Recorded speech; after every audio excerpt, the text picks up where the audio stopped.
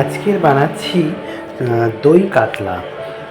কাতলা মাছ আর দিয়ে দই, যেরকম অনুষ্ঠান বাড়িতে হয় সেরকমই দই কাতলা রেসিপি। তো তার আগে জানাই সকল বন্ধুদের সোনু রেসিপি চ্যানেলে স্বাগত। তো দই কাতলা বানানোর জন্য কী কী উপকরণ লাগছে সেটা আমি আগে বলে দিই। এখানে লাগছে কিছু রোজকারের গুঁড়ো মশলাগুলো, একটু কাশ্মীরি লঙ্কা গুঁড়ো, হালকা এমনি ঝাল লঙ্কা গুঁড়ো অল্প, একটু হলুদ, জিরে গুঁড়ো, ধনে গুঁড়ো। এটা আমি জলে ভিজিয়ে রাখলাম। আর মশলার মধ্যে লাগছে আপনার আদা, রসুন, পেঁয়াজ কুচি করে কাটা, আর একটু দিয়েছি চারমগজ। এটা একসঙ্গে মিক্সার গ্রাইন্ডারে গুলিয়ে নেবো, নিয়ে পেস্টটা বানিয়ে নেবো। আর এইদিকে প্যানেতে মাছটা ভাজতে দিয়ে দিয়েছি। এখানে কাতলা মাছের আপনারা শুধু পেটিটাও নিতে পারেন এবং দাগা পেটি দুটোই নিতে পারেন। তো আমি এখানে শুধু দাগাগুলো নিয়েছি। তো দিয়ে মাছগুলো ভেজে নিলাম। তারপরে ফোড়নে দিয়েছি শুকনো লঙ্কা, গোটা গরম মশলা আর তেজপাতা। তারপরে যে আদা রসুন পেস্টটা বানিয়েছিলাম সেটাকে দিয়ে দিচ্ছি।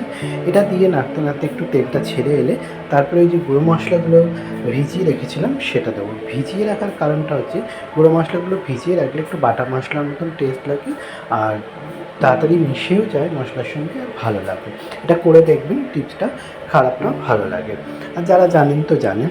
দিয়ে দিলাম স্বাদ মতো নুন, মানে পরিমাণ মতো নুন আর কি।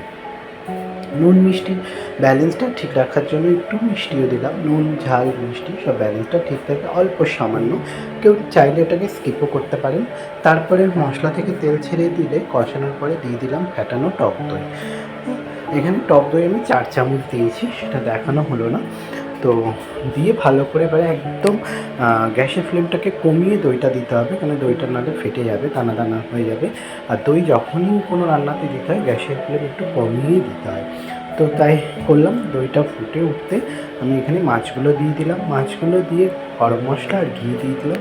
ব্যাস হয়ে গেল আমার দই কাতলা। খুবই ইজি এবং জলদি রান্নাটা। তো আপনাদের সঙ্গে এটা বানিয়ে শেয়ার করলাম। আপনারাও বানিয়ে দেখুন কেমন লাগে। আর রান্নাটা কোথাও ভালো লাগলে লাইক করবেন, শেয়ার করবেন, কমেন্ট করবেন। দেখা হচ্ছে আরেকটা ভিডিও। রাধে রাধে।